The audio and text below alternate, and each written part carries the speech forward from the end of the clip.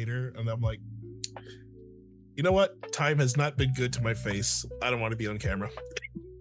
Fair. I feel that. So I ended up discovering VTubing quite a while back. I would say around the just before COVID. I think Nuxanor would have been the first one, but then I found a whole bunch after that through him. And then around the time I decided to start getting back into streaming, I decided to beef up my computer. And that was when I discovered Pipkin Pippa, who in turn had a collab with Kirshi. And then I followed Kirshi for a while. And then that was like the main inspiration to want to get into VTubing directly. It seems like a lot of people have the that same story where it's like, yeah, I wasn't really doing much, or I tried this before, and then I saw either Kirsch, Smugglana, Nux, or Pippa, and I was like, well, hey, I can do that. Yeah, they're definitely a lot more influential than I think they're willing to admit sometimes. Yeah, it's kind of crazy. It's so far out of, I don't know how many interviews I've done. Holy shit, everything's like meshing together. But out of everyone I've interviewed, yeah, their names come up quite consistently. So it's like, they got to be doing something right here. They're so modest. Yeah, and like even getting to finally having the model, that was a hard lesson learned in a few ways, because initially I went with a Western artist because I wanted the original concept art to be more like old school, like heavy metal Conan the Barbarian kind of art style, a little bit of that D&D, like older D&D, like Drizzt era kind of influence. But the guy agreed to like a 2-month turnaround, and it took 11 months because I kept having to chase him down. Oh, Jesus. So that delayed me by almost a year. And I was so like distraught over that. Didn't know really where to go because I didn't want to go find another artist that way again. And I happened to catch Kirshi on an episode of Side Scrollers where she just happened to mention having the same problems. And at the time, I was very high and I had the courage to actually just DM her directly, and I got a response back right away with some really good advice to go to like VGen and stuff like that. I was about to say that. Sped up. Yeah, it sped up my time schedule incredibly fast, and I was able to have a VTuber model fully up and made like about give or take 3 to 4 months later. Yeah, I wasn't going to go to X for artists because I know they're good artists on there, but they're so out of the price range. It's ridiculous. So many scammers. Yeah, there's so many. I've been got multiple times now, and it's at the point that I put my foot down. I don't care. Yeah, it's like I don't know what it is, but like y'all ruined it for each other. There are probably some really good artists out there or whatever, but no one will ever know about them because the thing everyone knows Twitter artists for is scamming now. So yeah, it's kind of embarrassing, but I've lost multiple hundreds of dollars at this point. Either the person would disappear or the art I would get back would be so substandard. But I'm not a confrontational person. So I'm just like, all right, just fucking learn your lesson and move on. Stop trusting people. Yeah, literally, that's exactly what I did.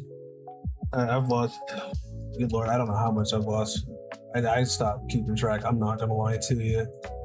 But from there, it's just like, yeah, I'm not going to do that anymore. Yeah, perfectly fine. Yeah, I know that AI is like the big controversial topic right now, but honestly, it was interactions like that actually softened my stance on AI. Because initially I was very much of the camp of like, all right, for anything relating to my VTubing stuff, I won't use AI for anything.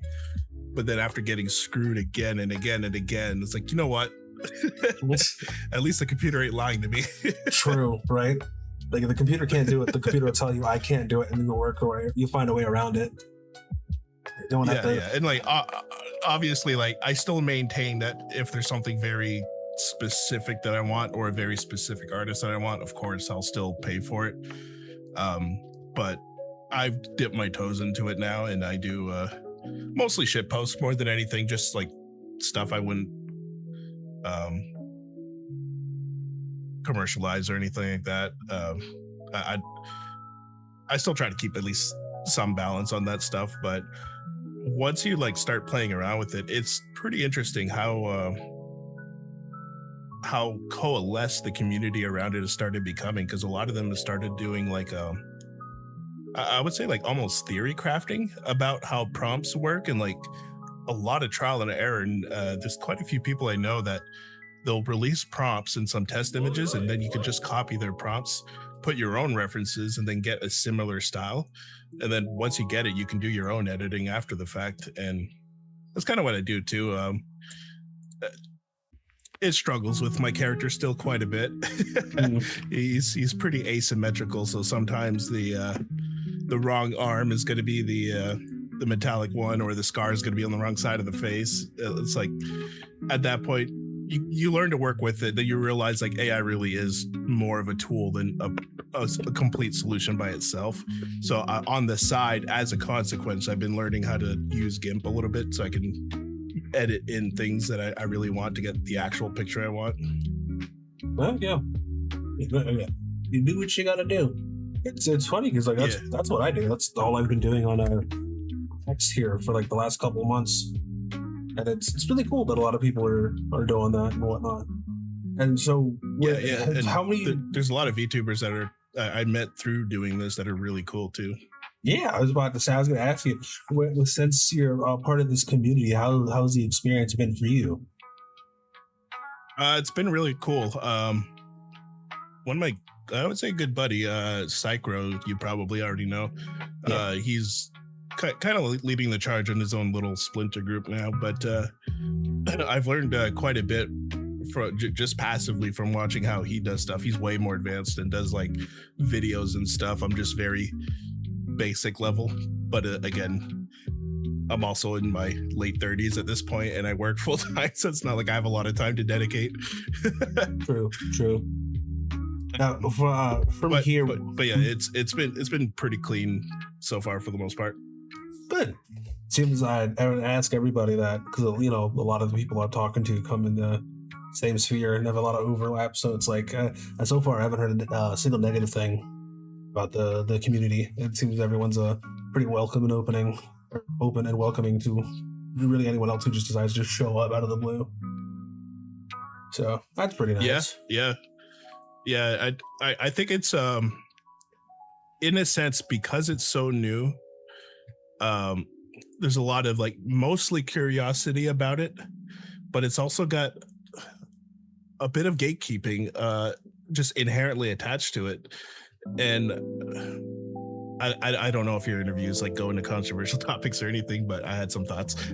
No, like the thing is, this is about you. So if you get into controversial topics, I don't give a shit. I'm just here. Okay, it's more my observation, but there's a lot of left-right spectrum regarding AI.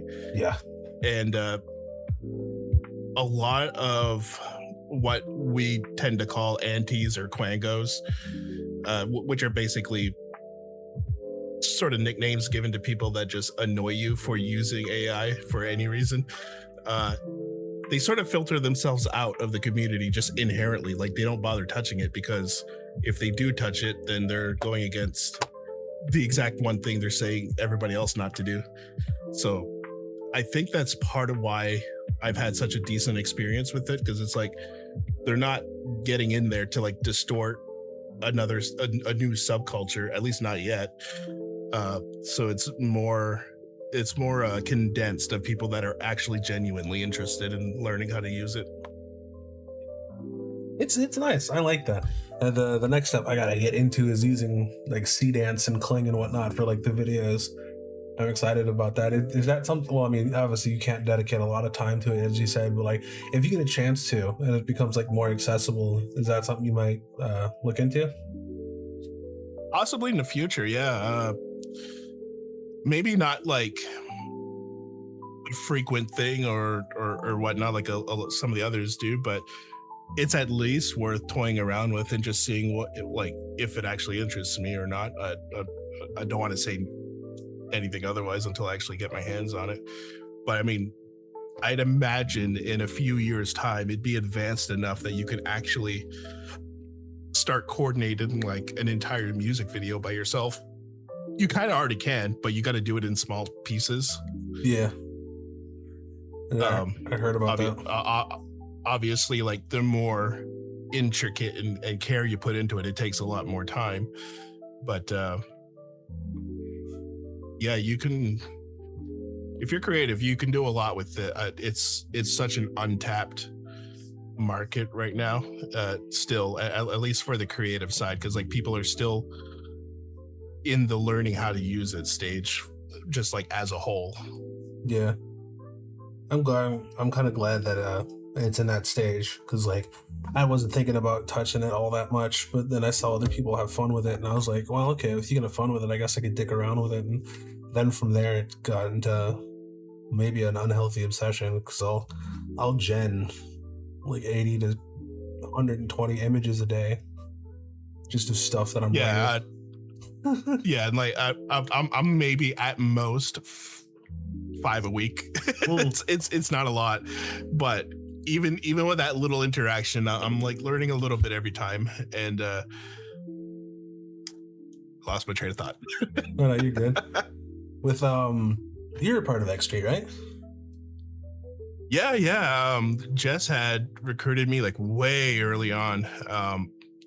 I don't even fully remember the context of it. I think I put out a post of like, yeah, I just started VTubing a little while back. I don't really belong to any group. And then she just sort of reached out to me one day and sort of just like, here, you're part of the group now. And I just sort of got thrown in like, oh, okay, just start walking around. And then I wouldn't say like I'm a heavy active member or anything like that. I'm very much on the passive side, because I'm limited to how much I can do in a day anyways, but I do have a ton of mutual friends in there. So I as far as I'm aware, I get along with pretty much everyone there. I'm not in any sort of drama or anything like that regarding anyone there. Yeah, it's like I was, what was it? The Jolly and Jupool, the two people I interviewed earlier, they were talking about how they got into X Street, and it was just like, yeah, Jess just reached out, and now I'm part of the group. I was like, that's pretty cool. Pretty cool. And yeah, it was like, it was really surprising too that there was so many like mutuals that started joining after the fact, and then at one point even Legal Mindset had stepped in for a while. I don't know if he's still keeping tabs, but for a little while he was chit-chatting with us, and I thought that was super cool. Yeah, he's still in there. He drops in. So is Chibi Reviews. They drop in every once in a while and chat with people. Shit. Yeah. I had to mute the conversation on X because it was blowing up my phone. There's way too many people. Oh, but yeah. I'll have to check in every once in a while a little more often, I guess. That's what I do. I'll have it muted for like 2 days, and then I'll come back and like chat for a little bit, and then I just won't show up. Yeah, because if not, I mean, that thing's going off every 20 minutes. Is a really popping group. There's a lot of people in there that are also like starting their journey and whatnot, and looking for help and ideas and advice and stuff. So if you ever do see them and have like the time or whatever, give them a shout. Because me and you have been doing this roughly along the same time. You said almost 2 years, something like that. Yeah. Yeah, I was about to say, yeah, same here. Now, real quick, tell me about your characters. Are there lore to your character, or? This character is, I would say, close to 30 years old. It actually started with the name before anything else. It's kind of a funny chain of events, but it started with me playing StarCraft 64 on an old junker TV that just barely survived the 1996 Quebec ice storm. And then it got donated to me by my relatives because they upgraded to a brand new plasma TV. which was all the rave back in the late 90s. So I'm playing this, and everything just looks like shit because it's already on the 64, which is not great for graphics. And then on top of that, it's like pixelated to fuck. So there's a specific Protoss character named Aldaris in some of the early chapters. I just thought it was a cool name, but I kept misreading it as Adalaris. And about a year later, I finally get to play StarCraft on the computer when I got invited to go to a computer lab in a different town by a friend. And I was like, oh, this game's like blowing my mind. It's so like crisp and clear. And like people are actually talking. There's audio and like you can read it. And then I realized, oh, it's not Adalaris, it's Aldaris. I'm stupid. But I ended up keeping the name. Just because like it just slips off the tongue very easily. And then about, I'd say a few months later, I played a game called Org Battle 64. That game auto assigns you a last name, which was Gallant, and I liked that it just worked with the first name, so I just kept it. And then when I eventually started to like make it its own character rather than just a name I had in the back of my head, it started off as a sort of like a space warrior, very heavily Dragon Ball Z inspired. And that's when I started to like teach myself how to draw. It was like just basically stickmen, but the heads and the bodies were more rounded out for some detail, so you can actually see what you're looking at. And this is like grade 7. So I drew a comic book based on that. And then by the time I got to grade 8 or 9, I started getting more into like 3D kind of art, like basically anything not stickman. And the character started to have some influences and changes over time. So there was like a website called Go Gaia, which I think later got changed to Gaia Online.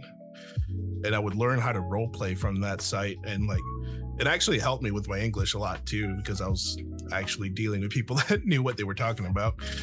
But it's shifted it from like this like space armor Dragon Ball Z kind of character more towards fantasy. And then it just sort of like stayed in that sort of limbo for a while. I only really used it as more of it was either like a text role play character, or it was just a username with a vague idea what he should look like. And for the longest time, it was basically like somebody's fan art of Sasuke. Just because it the way it was drawn was just like what I had in my mind. And I at that point I had stopped drawing because I had too many life things happen that were quite negative, and every time I would draw, things didn't work out, so I just stopped. Then sort of like flash forward another 10 years or so, and I started getting interested in like Dungeons and Dragons and learning more in depth about high fantasy stuff, Lord of the Rings, the Elric series and stuff like that.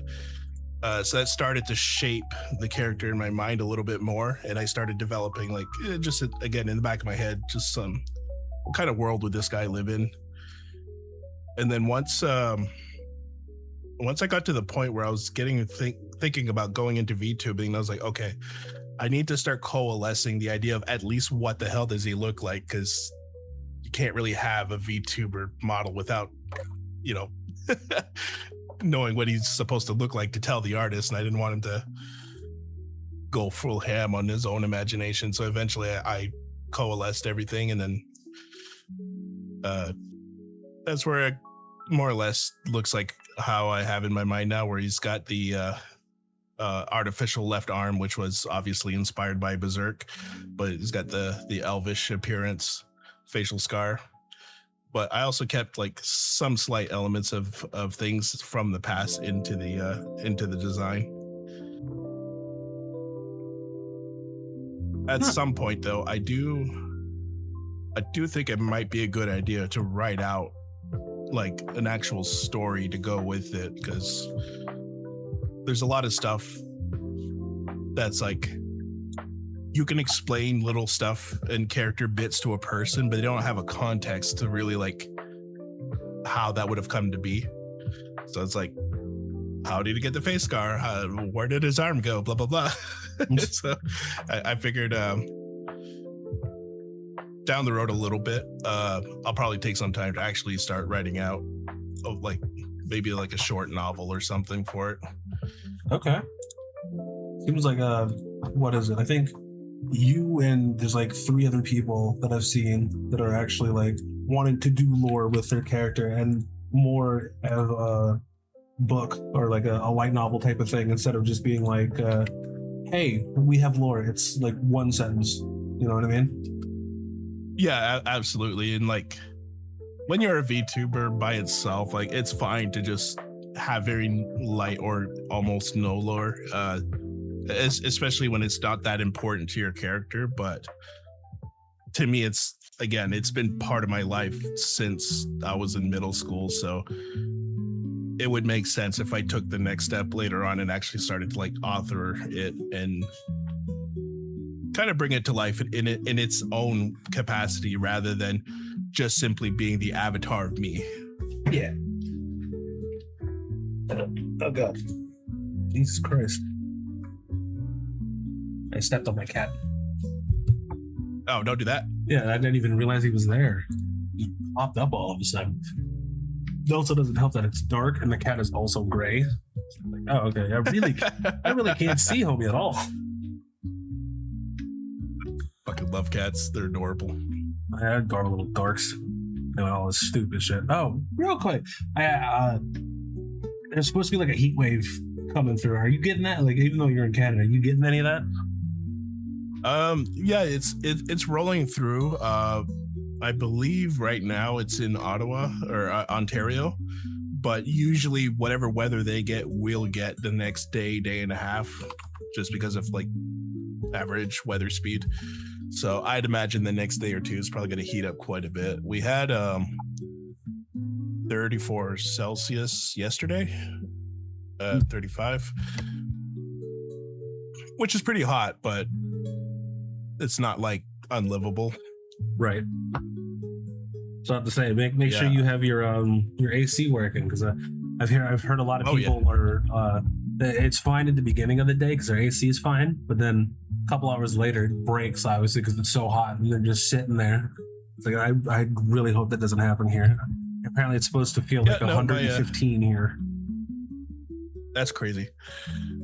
Yeah, no, it's not going to get anywhere that hot, but it handles it. Excuse me, it handles itself. It's I had to replace it last year because my original one died. It's not as strong as that one was, but I may do with the money I had. I'm pretty confident I'll get through this just fine. Not many problems. Honestly, it would be better if I wasn't forced to leave the apartment to go to work. Then I wouldn't have to deal with outside at all. True. That would be so nice. Now you were talking about how you were drawing at some point. Are you or have you gone back to that at all? Maybe in the future. I think right now I'm sort of lightly touching back into it with like learning the digital art stuff. But yeah, it became a mental block for a long time just because like I had quite a few different traumas happen in the span of a year. And then every time I would sit down to draw, it like that's all my brain would focus on. So it became like reactionary to just stop. But I think it's been long enough now that I'm kind of processed it and I'm okay. Mm-hmm. So at this point, it's just a matter of time. What's kind of keeping me busy right now is I'm slowly selling off belongings because I'm getting ready to move in September. I'm going from Eastern Canada all the way to just the east side of the Rockies, where Alberta is. So it's going to be a massive life change. Yeah. You excited? Excited, but also extremely terrified. I'm a type of person that I don't like major life changes. I struggle with it every time, and it's just always been part of me. But sometimes it's like it's the right thing to do, so you just grit through it and just do it. So I've been making progress. Sold a lot of big furniture pieces. The only big thing I have left to sell is my drum set. It's like a studio electric set, but I hadn't used it in a long time because I just don't have the space where I currently live. And it's in pretty good condition, but it's a tough seller's market right now because of all the plummeting dollar value coupled with the inflation. It's hard to get people to buy shit right now. Very true. Very true. And that's a big part of why I'm moving, though, because it's unlivable on this side of Canada right now if you're living by yourself. And there's supposed to be a referendum in October. If that referendum passes, there's a 50-50 chance that Alberta will actually split from Canada. So I'm kind of taking a dice roll here and hoping that pans out for me if that's the case.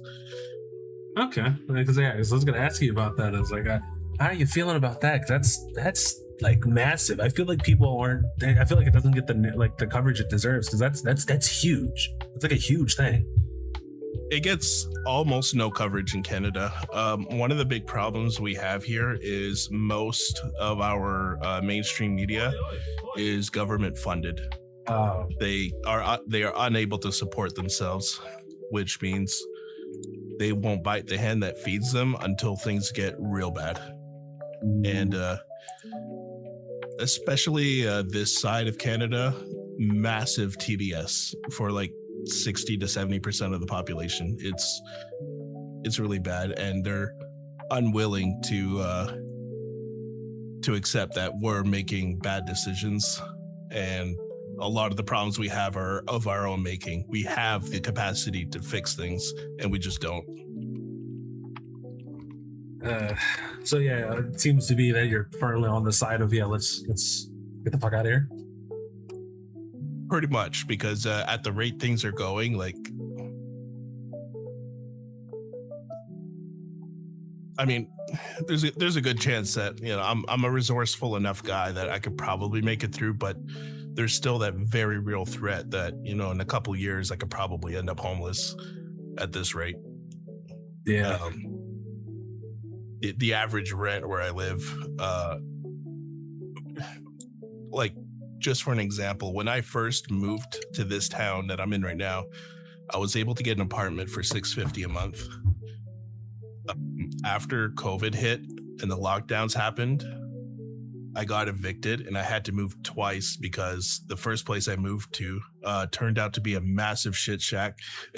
And the landlord lied to me about the condition it was in. So I had to move again. And it was a place that was about $1,300 a month. So already almost double what I was paying. And then 6 months later, the entire building got evicted because they wanted to raise the rent past what like the normal yearly allowance would be. So I had to move again, and the cheapest place I could find was $1,400 a month, and it's infested with spiders and ants. So it's terrible.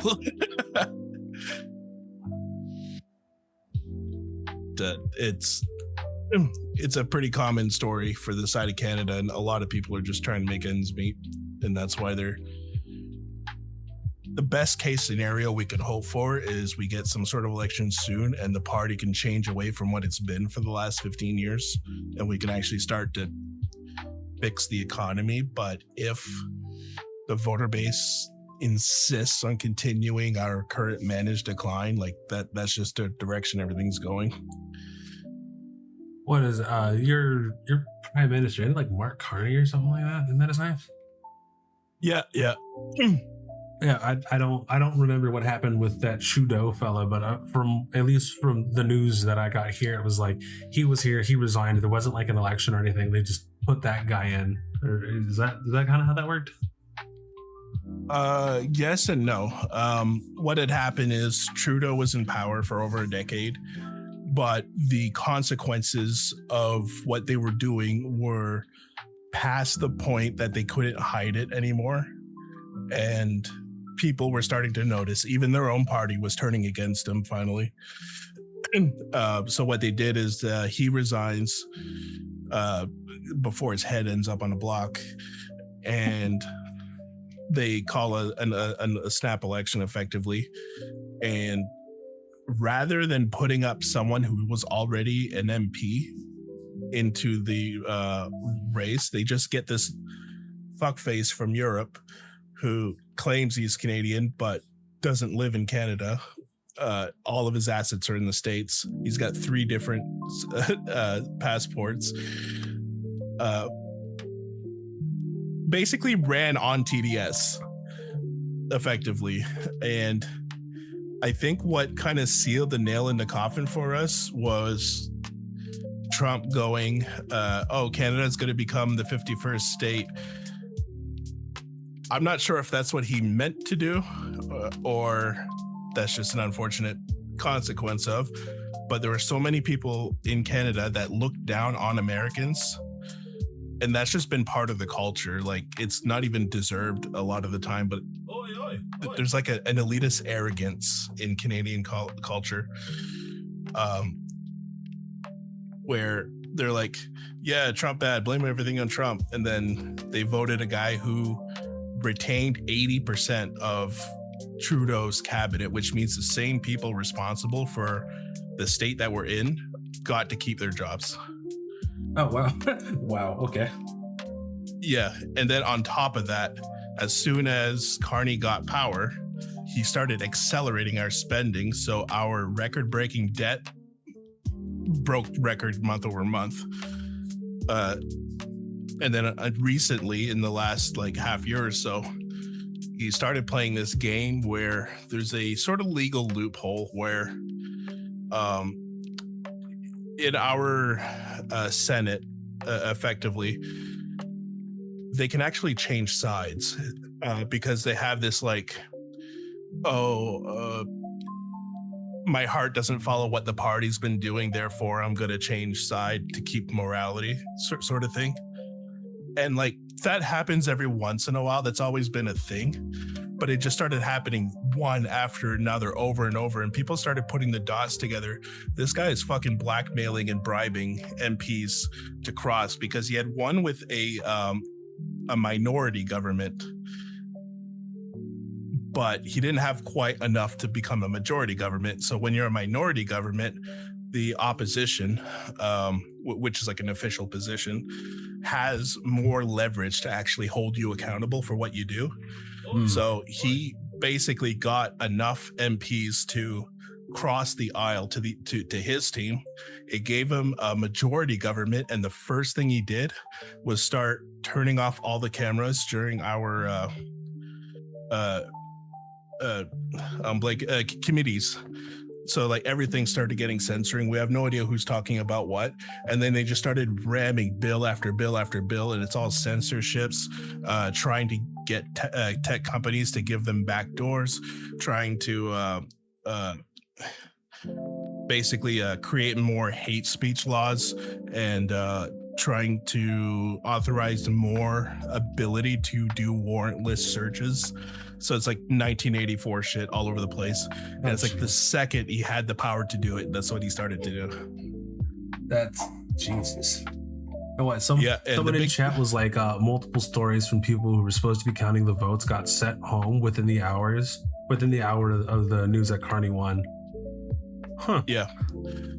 And the news came out today because Carney has been so inept at getting anything done for Canada. He's probably spent more time outside of the country at this point, going from place to place, cutting all these quote unquote deals. But he's not even like doing any contract deals. He does memorandum of understanding, which is sort of like pinky promises. They don't even have to be accountable for it. And I think based on what I've seen over the past year, I think he's absolutely terrified of Trump and is so determined to divorce Canada's relationship from the US that he's actively sabotaging all of our trade networks. And today they announced that the U.S. is no longer ongoing the U.S., Canada, Mexico trade agreement. They're just talking to Mexico now. Canada's been cut out. And now over the next 6 to 10 years, it's going to be sunsetted, which means that we just lost a shitload of trade and nobody's going to invest into us. Oh, Jesus. Yeah, it gets worse every month here. Yeah, okay. I was about to say, so I guess get to Alberta or get here in the States or something. Anything. Yeah. And like when I was a kid for about 5 years or so, I did live in the States. So worst comes to worst, I kind of had my foot in the door in that regards. I don't know if that really applies to me anymore, but at least I'm familiar enough with American culture that I can easily assimilate. I was about to say, I mean, you seem fine, so I don't think it'd be that difficult. Like, worst case scenario, we just kind of get you over here. You know, I'm pretty sure someone wouldn't mind harboring a Canadian refugee. Right.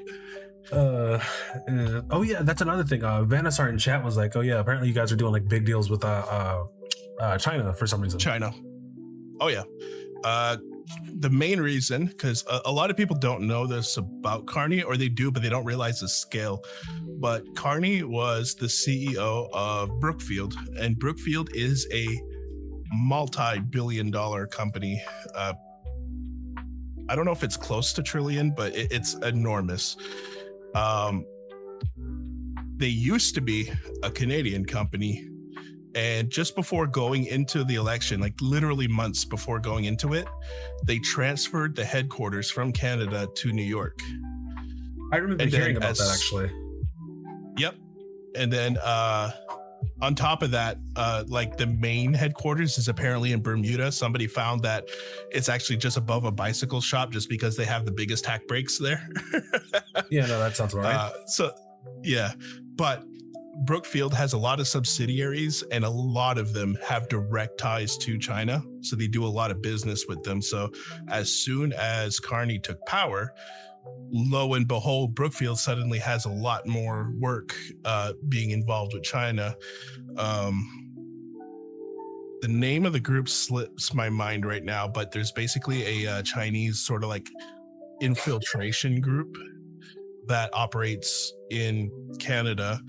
And they have like direct meetings with quite a few politicians when none of that should be happening in the way that it's going. But because the Liberals have so much control that a lot of it just goes under the table and barely anybody reports on it. Also, are you all right? I don't know. Maybe there was someone in the back. I heard coughing. I was just like, oh, that's my brother. He went to the bathroom and. Oh, okay. I was about to say, it's like, as long as someone's all right. I was wondering what the hell it was. Okay. Yeah, no, I'm good. So when is last I heard, what was it? Alberta was doing a vote, and then the country or the government was like, yeah, no, you can't do that, or something like that. Long story short is back in the 90s, Quebec tried to separate, and they got close. It was like 1 or 2% off, but they failed the referendum to split. However, as a sort of like reconciliation to try to ease their anger, they implemented federal law to allow more official steps to be able to do that into the federal system. So if that kind of pressure ever came up again, then there would at least be a more legal and federalized way to actually divorce from the country. So it's like built into the law now. And one of the biggest problems Alberta has specifically is Canada has this thing called equalization payments. So they take the taxes from all the provinces and then equalize them back to the provinces based on how much they're making versus spending. And Alberta, like this came into effect like, I don't know, 50, 60 years ago, a long time. But basically ever since that went into effect, because Alberta is such a money generator for the country, they've never received any of that money back. It's all gone to the other provinces and overwhelmingly to Ontario and Quebec. So we have all these problems going on. Our economy is tanking. And then Alberta is just sitting there. It's like, okay, you guys just steal from us nonstop. We get nothing back from the federal level. And there's constant inner fighting between the provinces. We don't even have free trade between the provinces. Like everything has to be authorized basically through the each independent province, really for like interprovincial trading. Whereas in the US, you don't have to do that. If you want to be in California and sell something to Tennessee, like you don't have to take extra steps. You just make your shit and sell it. Well, to say that sounds ridiculous. Like I couldn't. Yeah, it just seems like a lot of extra bureaucratic nonsense for absolutely no reason. Correct. The main problem is Canada is about 24 to 25% of its population works directly for the government. It is a bloated bureaucracy, and it's gotten to the point that people do things for the sake of process or for the sake of the bureaucracy rather than weighing if what they're doing actually makes sense or not. So Alberta is like obviously frustrated with this to the point of like, why are we still in Canada when the entire country is being vampiric towards us? And we're capable of doing so much more. We're capable of generating so much, like billions and billions of wealth, more than they currently are for the whole province. But there's this red tape after red tape, and you can't start any projects without like 10 years of environmentalist shit that should only take like a few months at the most. Like everything is designed to slow them down, and like the people are getting fed up, and that's why they want to use that official capacity to separate from the country. And most of them would rather become their own state, but there are some people frustrated enough where they would even join the US if it came to that. So that's sort of its own topic, but there's sort of a majority agreement, at least between those two camps, that they just don't want to be part of Canada anymore if Canada is not going to change the way it's operating. Yeah, okay, that makes sense. I get that. I'm not gonna lie to you. I'm biased, obviously, because I'm in the States myself. But yep. if you did end up leaving, and you became a part of the U.S., great. Like you guys do what you want. I'm just saying it'd be a lot cooler if you were part of us. If I ever became an American, I'd be very loud about it. 100%. I'd be just as loud with you. Yeah, because like I said before, like I grew up in most of my elementary years in the States, so I went from French Canadian to just purely American, and then went back to Canada for middle school. But the main thing that got hammered into me from those formative years is like understanding like why US and Canada developed the way they are, and like why that's really important to the culture as a whole. Because like we came from a Western ideology, and obviously it's changed and evolved over time, but that core is still there. And I still view the US and Canada as sister countries. They're both from majority the UK and French, but obviously a little bit of others in between. But that's why like they got along for so long. Like you didn't even need a passport to cross the border until after 9/11, because they were so like unified, I guess is the right word. Yeah, something like that. Like what tried to happen in the US, like the whole communist Marxist mindset really affected Canada really badly. And it's kind of sad to say, but it feels like it's a dying country, and I hope it doesn't get to that point. That would suck, but at least from the stuff that I'm seeing, that is what I don't want it to happen, but I wouldn't be surprised seems like way too many people are fed up. And then there's also people just on the other side that are like, oh yeah, well, I'm fed up with them not wanting to be our version of correct. So I just wouldn't be surprised if it did happen. I just hope everyone that actually is affected by it gets, well, at least in Alberta, gets what they need. Because I was thinking, I mean, yeah, Alberta makes its own stuff, but like I wonder how that would look. You know what I mean? Yeah, for sure. Because like they don't have all the raw ingredients they need, but the biggest thing they have is the oil. And they have the infrastructure for it. They just need a place to actually pipe it. And just as another example of how ridiculous this country is, on both coasts of Canada, we have processing for oil, but Alberta doesn't have a pipeline to either of them. And where I live, like about an hour away from here, is one of the biggest oil processing in Canada. And we're actually equipped to handle the Alberta oil sands, but we can't get a pipeline here because Quebec refuses to let it cross to over to this province. Jesus Christ, dude. So instead, in order for us to get oil, we have to burn oil through tanker trucks to get it over here. Well,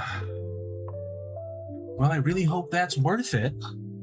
I feel like I'm not gonna lie. Yeah, I don't think it's worth it. Something equally dumb too, and this is a couple months ago, but when the whole war in Iran started, Carney's big brain idea was like, okay, we'll just get the oil from Australia instead of pumping it ourselves and creating stuff. You would think that Australia's route would go from Australia to British Columbia because they're in the same ocean. Nope. It goes down underneath South America and then around to the east coast of Canada.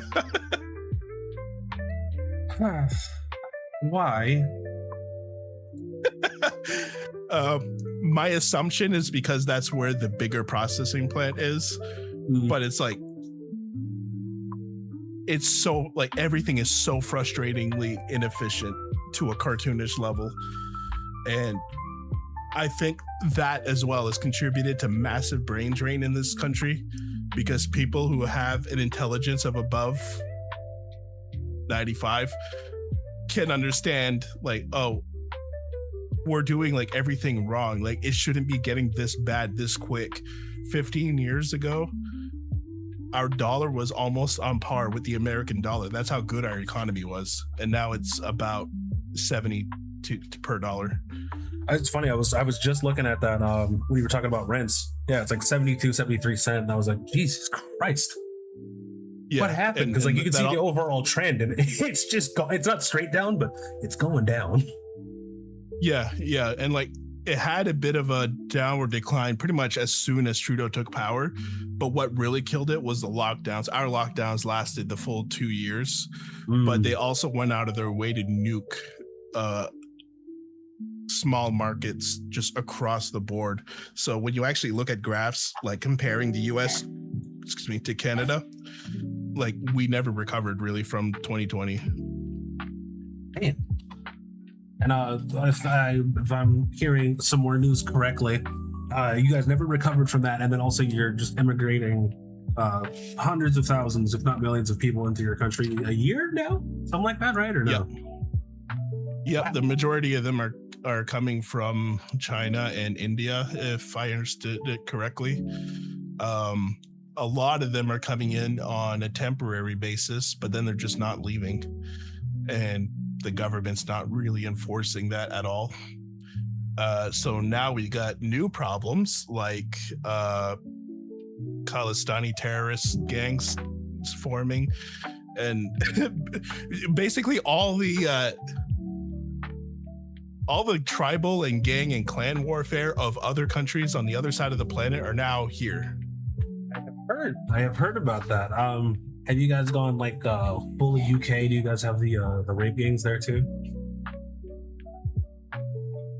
So far, I've heard very little news about it, so I can't quantify with any certainty but it's not unreasonable to say that because we've been following the exact same thing the UK had been doing, that we're not actually facing with the same problem here. It's just not looked into yet. Good Lord. I'm not looking forward to the whatever version of Rupert Lowe you guys come into, because if they're not doing it now, they're doing it in the UK now. It's like the closest we have to a Rupert Lowe of our own is a guy named Maxime Bernier. He's part of the People's Party of Canada, which is different than the Canadian Conservative Party. They're more right wing, but they're a lot more libertarian-esque, but not libertarian, if you get what I mean. Yeah, I got that. Yeah. But yeah, the guy himself is an economist, from if I recall correctly. So like he's been banging the drum for like 10 years about where everything's been heading, and he's been very correct. His main I guess his main kryptonite is the Canadian voters themselves. They are terrified of people. They're terrified of conservatives.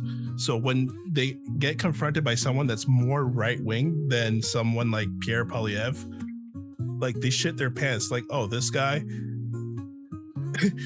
like doesn't want to meet you in the middle. He wants the people to fuck off.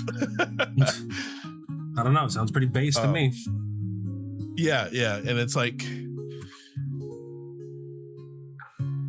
the main problem is that unlike the surge that Restore is having in the UK, this party is having a hard time getting even a single % in a lot of places, because that much of Canada is still where Britain was 5 years ago, 10 years ago. Like, they're not fully aware how bad things are yet.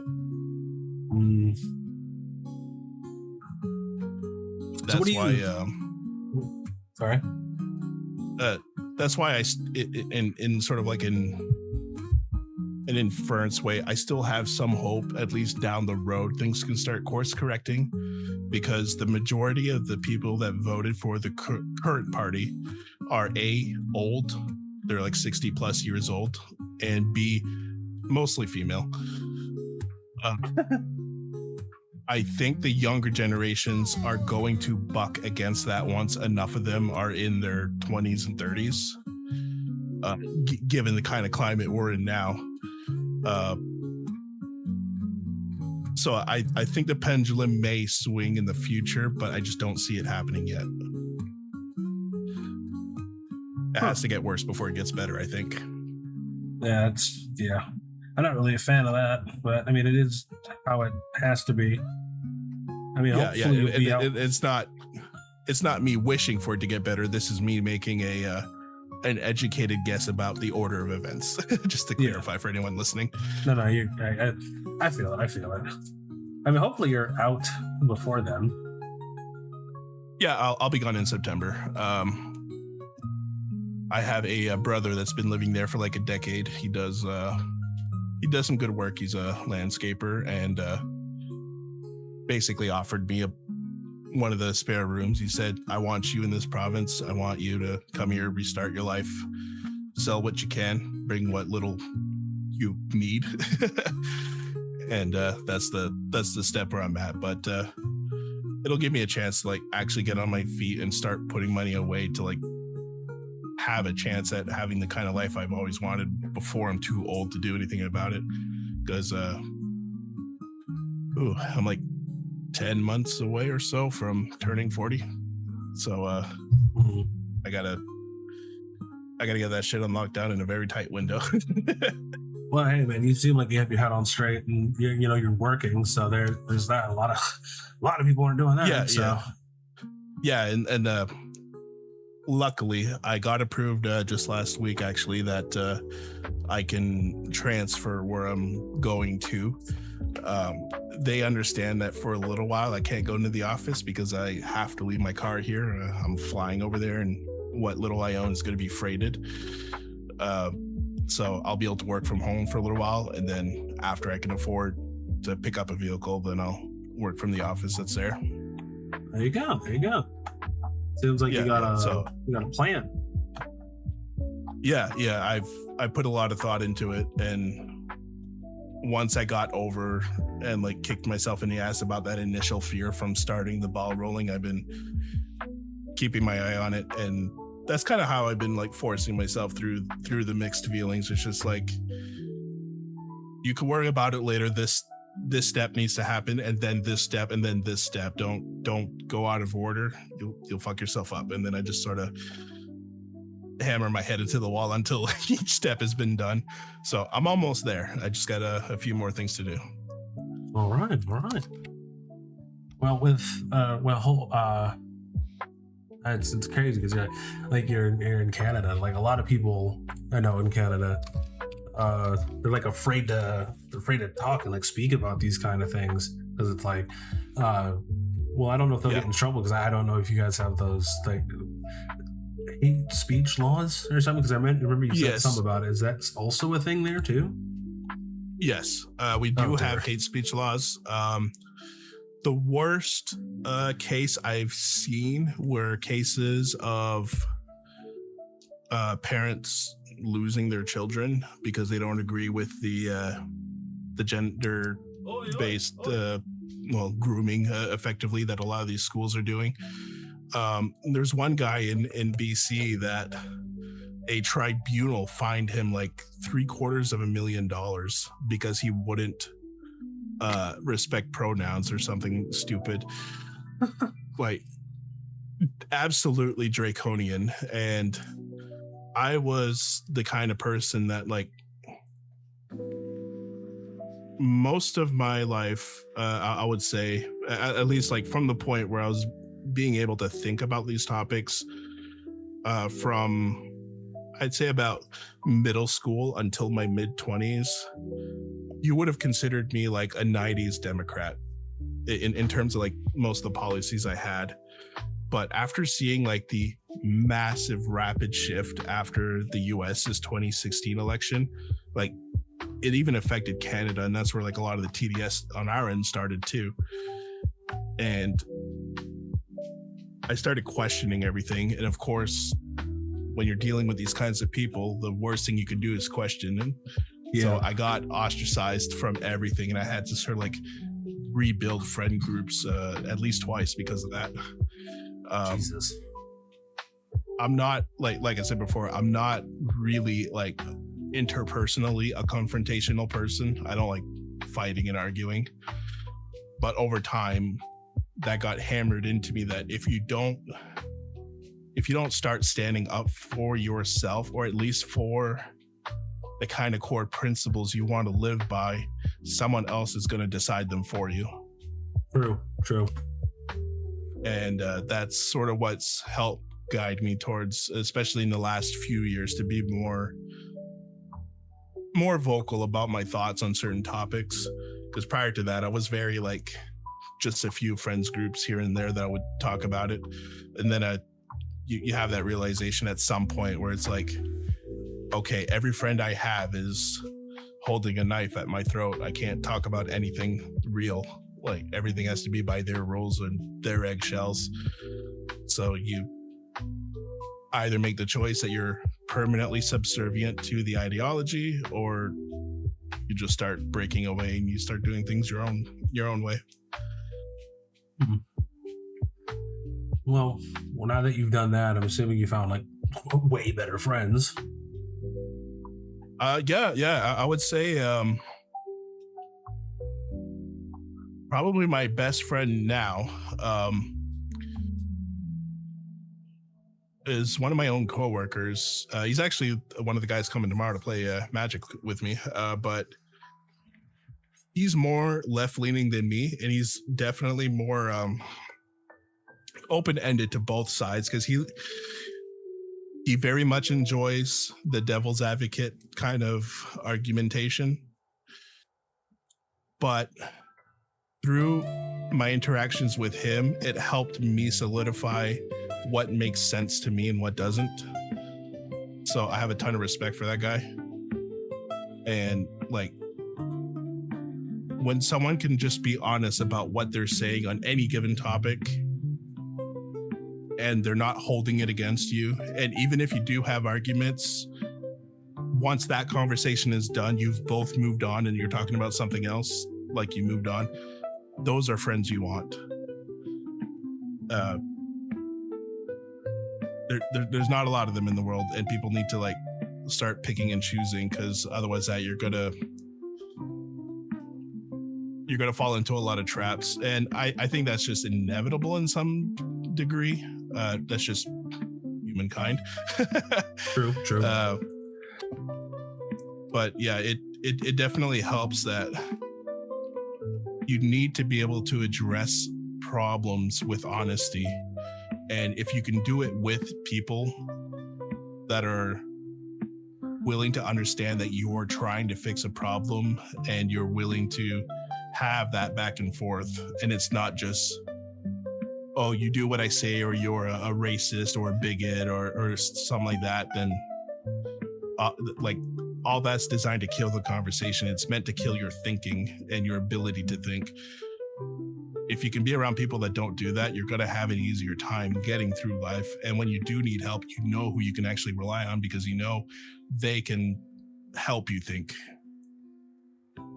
Yeah, very true. I feel like a lot of people don't have that, and it's very sad, because you'll see people that you once called friend kind of devolve into like literally the worst version of themselves, and they start surrounding themselves with worse and worse people, and it's like, brother, what the hell happened to you? Yeah, it became sort of a normalized term. I think it was God Said that came up with it, but he calls it a mind virus. And it's not strictly just like one thing. It's not like just Marxism or just progressivism or anything like that. It's sort of like a template that gets copied from person to person, but they play on the worst aspects of somebody's personality. I think they call it like the dark triad or something, but people that have like ego issues, or they find themselves more willing to be manipulative and stuff like that. It tugs at those strings, because if you can assert some level of control over another person, that can give you a high, that can give a sort of an addiction. And like, oh, I'm doing this, I'm the good guy, and I feel good when I do this. But they become so blinded to the consequence of what they're doing that they start to filter it out, because at some point they'll get to a threshold at some point where it's like, I've done so much shitty things that if I acknowledge now that I was wrong this whole time, I have to undo so much damage. And a lot of people are not willing to do that. Yeah, I've noticed that as well with a couple of people that I used to call friends. It was very interesting. And now they just kind of keep going further and further. And it's crazy because, they think they're morally right, and they have all these people in their corners supposedly, they're like, oh yeah, I'm with you. You have the right opinion. You have all these friends or whatever. But then also you can see them post about how lonely and sad they are. So it's like, it's kind of insane. Yeah, to be honest. The mask eventually slips, and it's a symptom. It to a small degree, it's like, in a sense, not entirely their fault, because there's such overwhelming pressure from all sides to follow that. But at the end of the day, people still need to remember everybody has their own agency. It's to go against that grain that's the hard part. I think the culture as a whole, at least on the US side, has definitely started shifting back towards center. Oh yeah. And obviously when you're that far to one side, any shift in that direction seems like a massive thing, but it really isn't. It's a matter of understanding where the Overton window is compared to where everything around it is. But I would say it's understandable too that a lot of people don't think about that, because it requires a lot of abstract thinking as well, and like second and third order thinking, which I know it might sound mean to say, but I think a lot of people, maybe up to half, just don't even have that capacity. They just see what's in front of them and that's it. True. So Now it's like, go ahead. No, you're good. Go on. I was gonna say, like, when you start thinking in multiple layers like that, you start realizing it's like the only way to get some of these people to course correct is to make changes to the culture.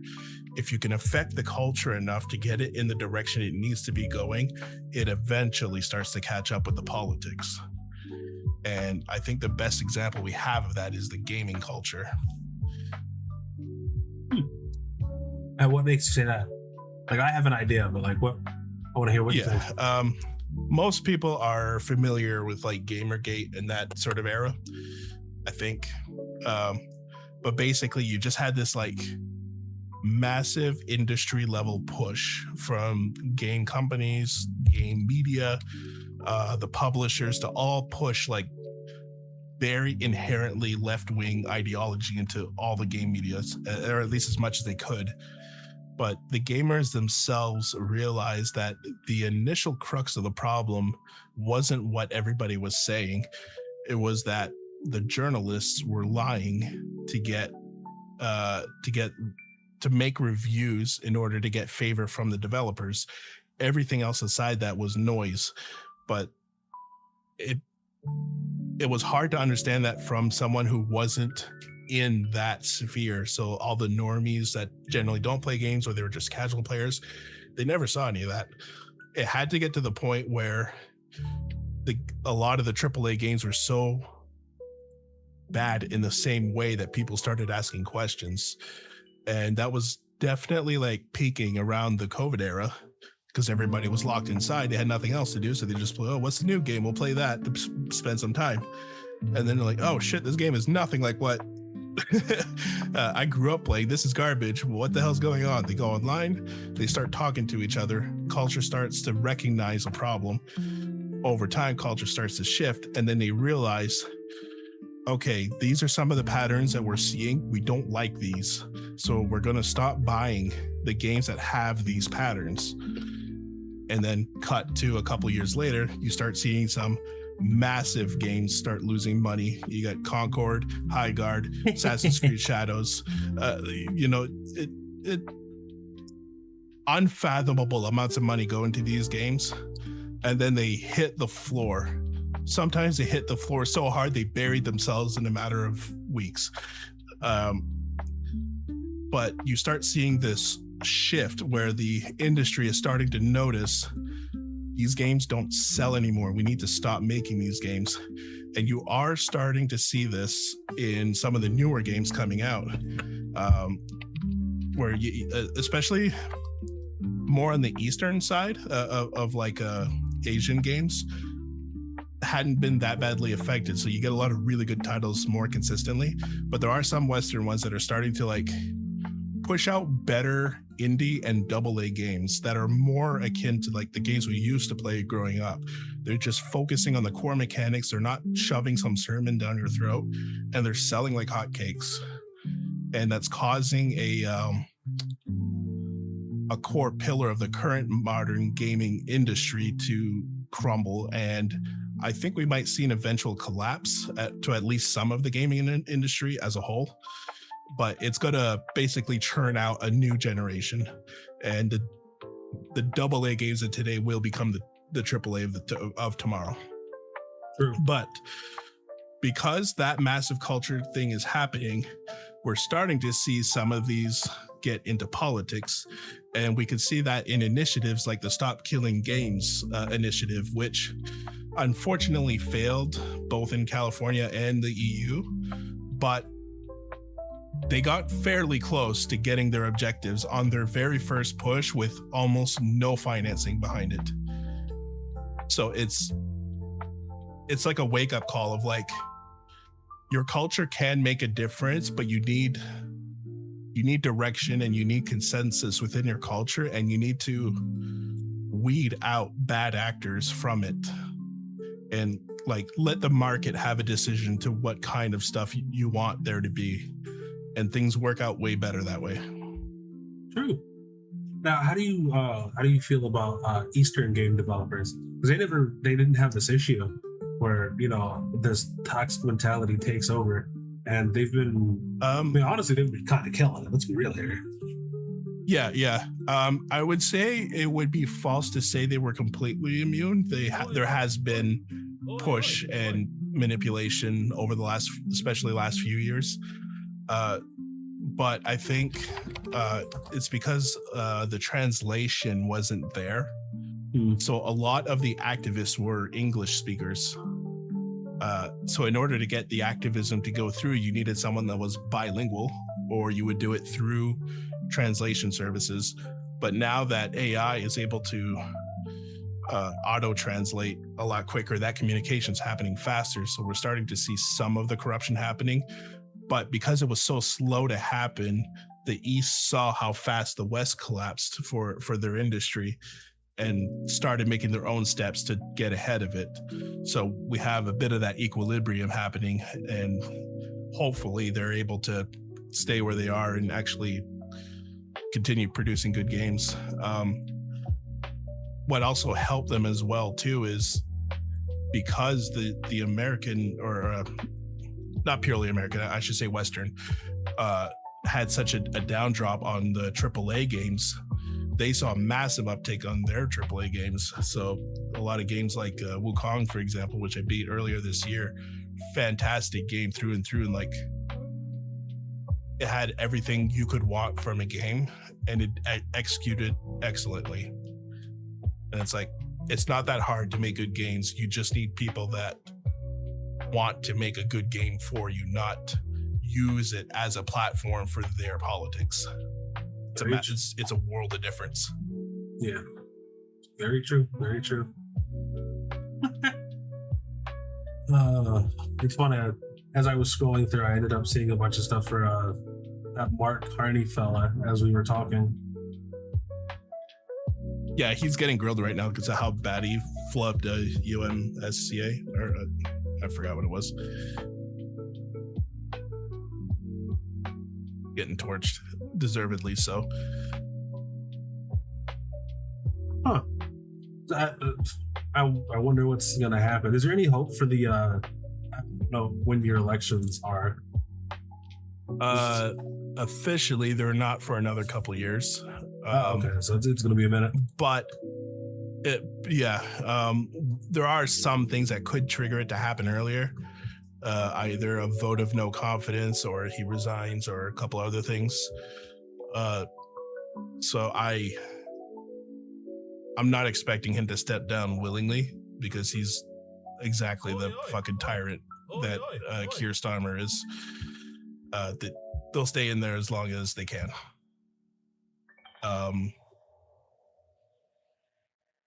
Another big problem we're having right now is that our tool and die industry is collapsing too.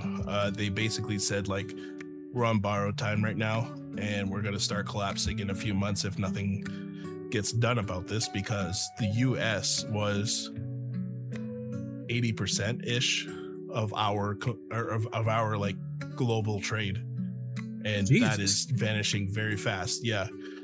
So it's like, if we can't trade with the US, we're a fraction of what we were.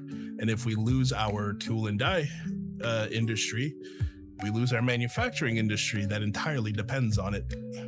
And if we lose manufacturing, we lose all those jobs, and everything else down the chain starts to collapse with it. It is a long chain of things depending on each other, and they're all losing their support. And a lot of people don't realize that. It's the same thing as, like, when somebody asks you, it's like, why did my food get more expensive? Because the gas went up. It's like, well, it takes fuel to grow your food. It takes fuel to transport your food. You know, very true. It's like there's a ton of extra steps people don't think about. and they take what they currently have for granted and underestimate how much influence and direct cause and effect is involved with all these different industries, and all of it ties to ultimately energy. Real quick. I just got a raid, so I gotta. Hello, how are you? I didn't see who that. Oh, Scar. Oh, you want to know what's crazy? You want to know what's actually insane? I was thinking when I got done with this, I was gonna raid into Scarlet. I literally had her chat pulled up right now. All I had to do was know you. yeah. She was like, you know what? I'll raid into you. I'm like, okay. I mean, no, thanks. Don't get me wrong. Thanks. I just wasn't expecting. That was crazy because all I saw, I heard like a little blip, and I was like, what is that? And that is raiding. So yes, thanks for the raid. Hi, if you don't know, Jigs the Plague Doctor. I do a lot of different stuff, but right now I'm interviewing a homie. So I'm gonna let him introduce himself as well, because I wouldn't be surprised if you haven't seen him either. So and we'll go from there. I'm Adelaris, Addy for short. I stream on 5 different platforms, but mostly 2 of them are actually active. Oh. But it's Twitch, Rumble, Kick, X, and YouTube. If you want to interact with me, I'm on Kick and YouTube primarily, but I stream most evenings. Oftentimes I'll play either an RPG or some sort of survival crafting, or lately I've been doing a little bit more action RPGs, but very chill, especially if you like very bad dad jokes. I do those all the time with impunity. It drives my friends nuts. We love that. Wait, weren't you the one also doing I saw you and Jess and a couple others, you guys were doing the like Phoenix Wright series or whatever? Yeah, and you guys were like actually voice acting the characters? Yes, that's something we've been running for about a year now, give or take. But it's primarily me and my friend Asher, who actually is a voice actor, like as a side hobby. And we recently brought in Mooberry to help us voice the females, because 2 big burly men don't really make great female voices. Very true. But we've been having a blast. It's really good fun, because we're finally at a point of the story where I don't really know what comes next, because I've never seen other Let's Plays or anything past the point we're at. So a lot of it's going to be blind to me now too. Asher helps guide us a little bit, because sometimes the game doesn't make sense with what it's expecting you to do. But when you're just voicing the character, you're having fun, gives you a little bit of practice. But it also, like,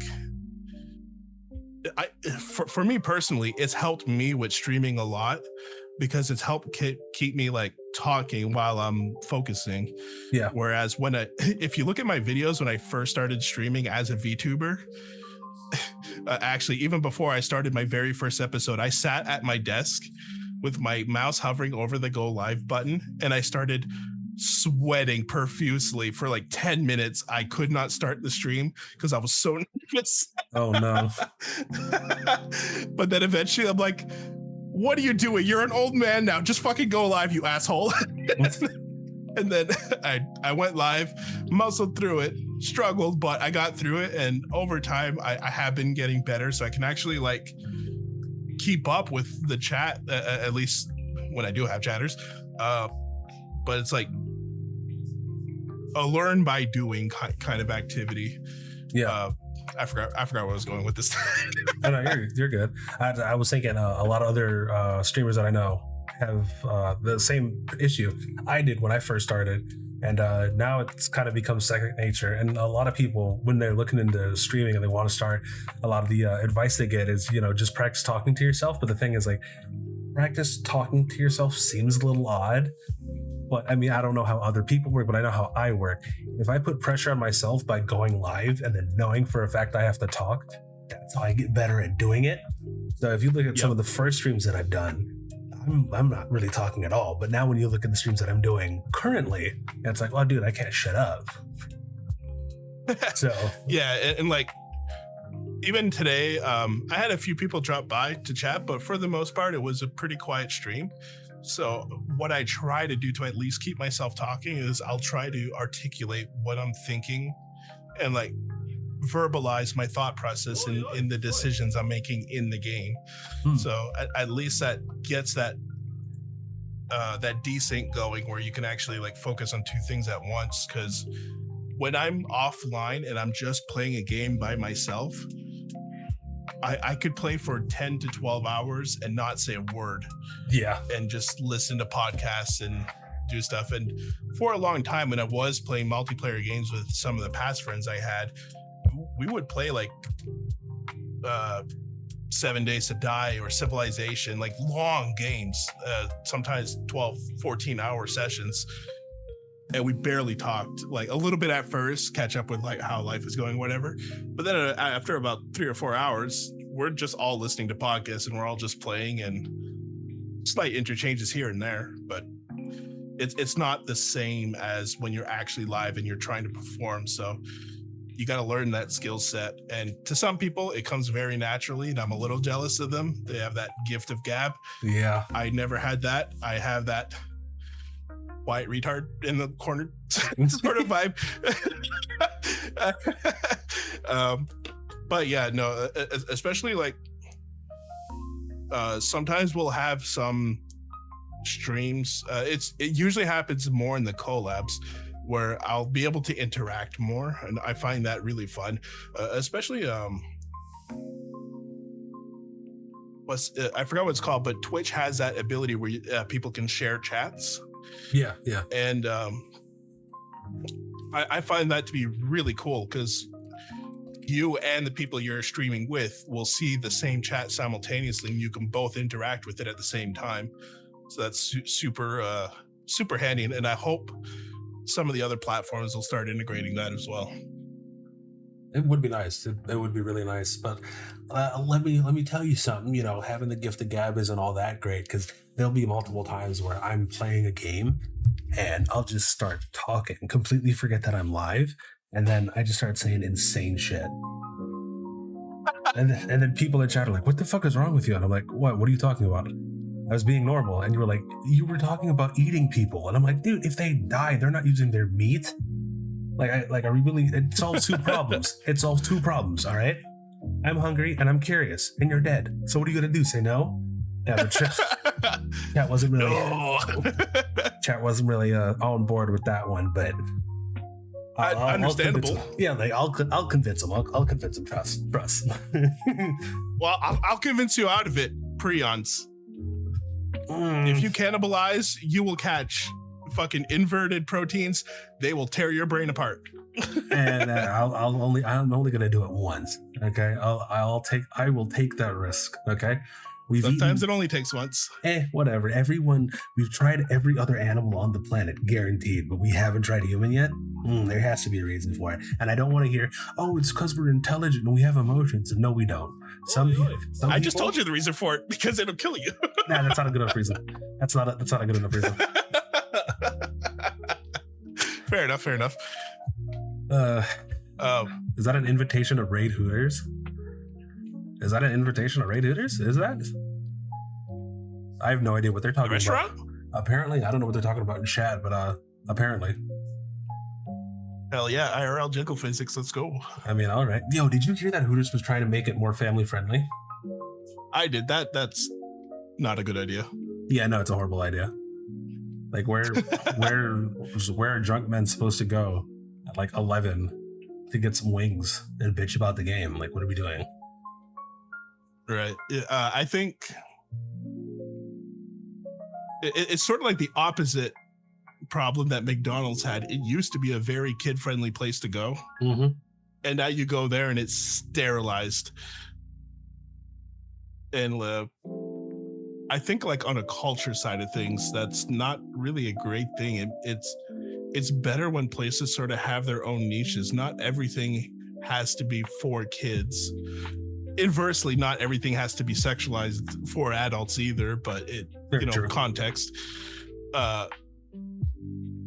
But yeah, like there's way too much everything has to be scrubbed down, sort of like sanitized, and it's very USSR kind of vibe. Yeah, I can see that. Family friendly Hooters. I mean, that's what they want to do. If that's what they want to do, I will look forward to seeing all Hooters turn into something else in a matter of years.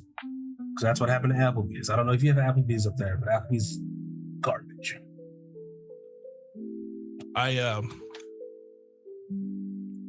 Sorry if this is off topic, but once I move, I do plan to start putting effort into YouTube. I have some ideas of some stuff I want to try out. I'll probably start cutting my streams of like the multi-part streams into like one long video. And I actually have a second VTuber model I've not officially used. I've teased it a few places here and there. I actually just sent you pictures of it, but it's a little tiny 2'5" evil wizard. Okay, I was gonna ask you, who's this little fella? And it was a character I had played in D&D a long time ago, and he was inspired by Vigor from League of Legends. Oh. And it's fine if you don't know who that is. It's basically an evil version of Phoebe from Final Fantasy IX. Yeah, as soon as you said Vigor, I was like, I already don't like this guy. But it was a character I played, and I had won a raffle for a Chibi avatar. And initially, I was going to get a Chibi Adelaris. But when I was like trying to like figure out how that should look, I got the little spark in the back of my head. I'm like, what if I just made an entire different character that I had a lot of fun with role playing as? So what I'll do, I'm waiting till after I move because I want to put more serious time and effort into it, is I want to play some games where you're intentionally playing as the bad guy, but I'll play it as Erebus, the little evil guy. All right. And the hard part, I think, is going to be talking like him the whole time. I believe in you. I bet you can do it. He's very high-pitched, very, very evil all the time. Yes. I mean, hey, man, with practice, I think you got it. Yeah. I've been talking literally all day, so it's a little hard to do now because I worked this holiday. So I went 8 hours of talking and then 3 hours of streaming, and now you can probably hear my voice is starting to give. And I feel that. I did 3 interviews a couple of days ago, like one right after another, and by the end, I almost couldn't talk. Yeah, you're like, I need to flop face down in the bed and shut the fuck up. Yeah. Is that a short joke? Yes, it is, Casey. Or, I still don't know what to call it. Yes, but that is a short joke. Honey tea helps. Is that a short joke?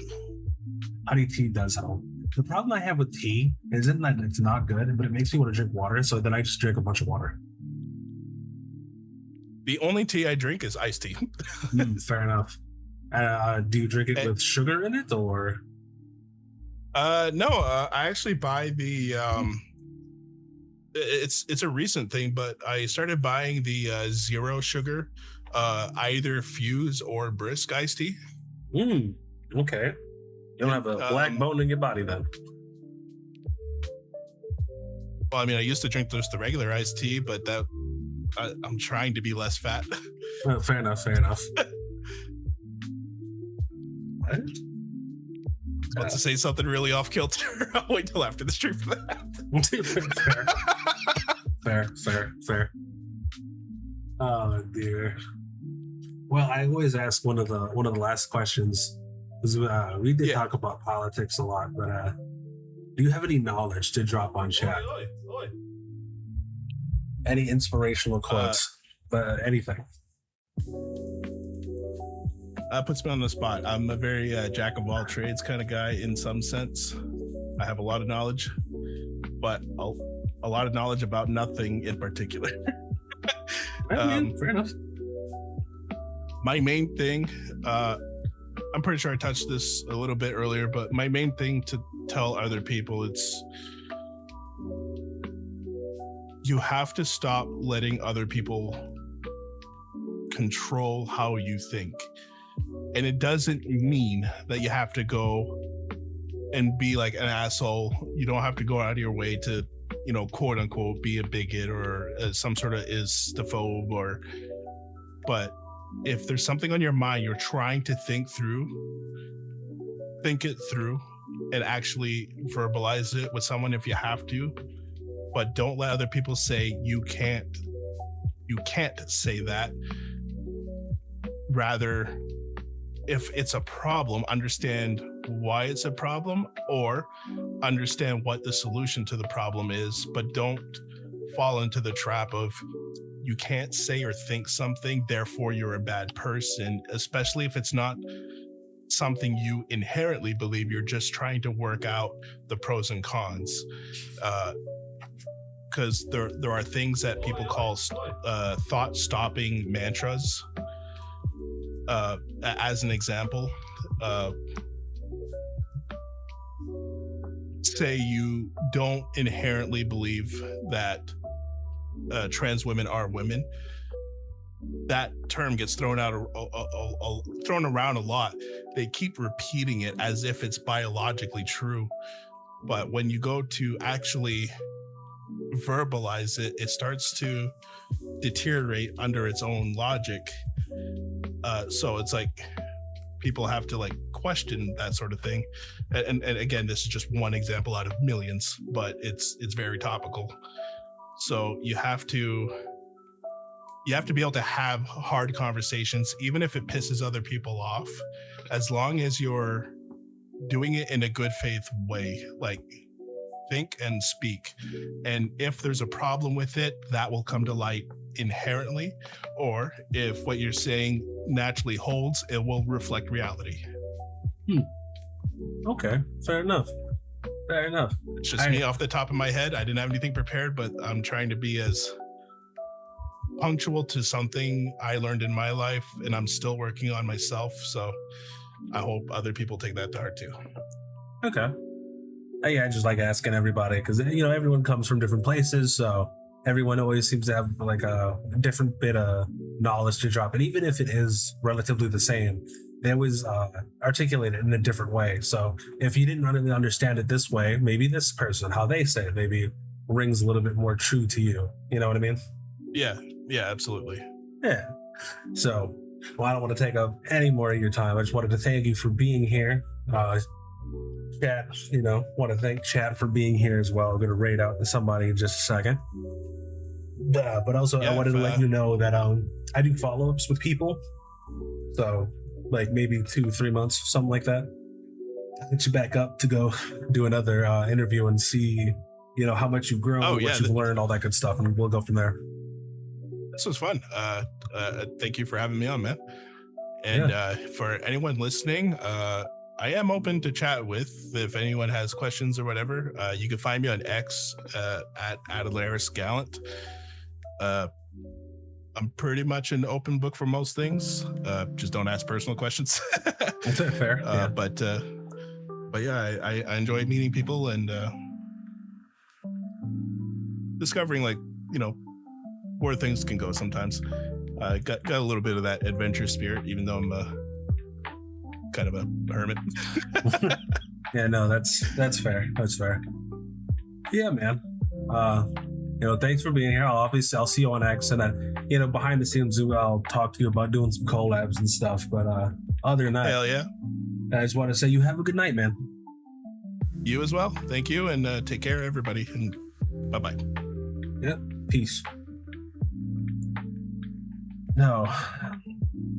Well, as you already know, we're doing a raid, and I again wanted to thank everyone for being here, all that good stuff, listening, whether you had me on the background or not. But I wanted to do a nice little late night, low chill vibes type of deal with somebody else. So, hey, there he is. He's in chat. There he is. He's on X. Yeah, so you can see him and all that good stuff. Other than that, we're going to Rose of the Vampire. Good friend, and I will see y'all literally tomorrow because I got another two. Oh yeah, Vanzar. Yep, he's on the list for tomorrow. So you know him, you know Vanzar. You'll see him tomorrow. Other than that, y'all have a good night.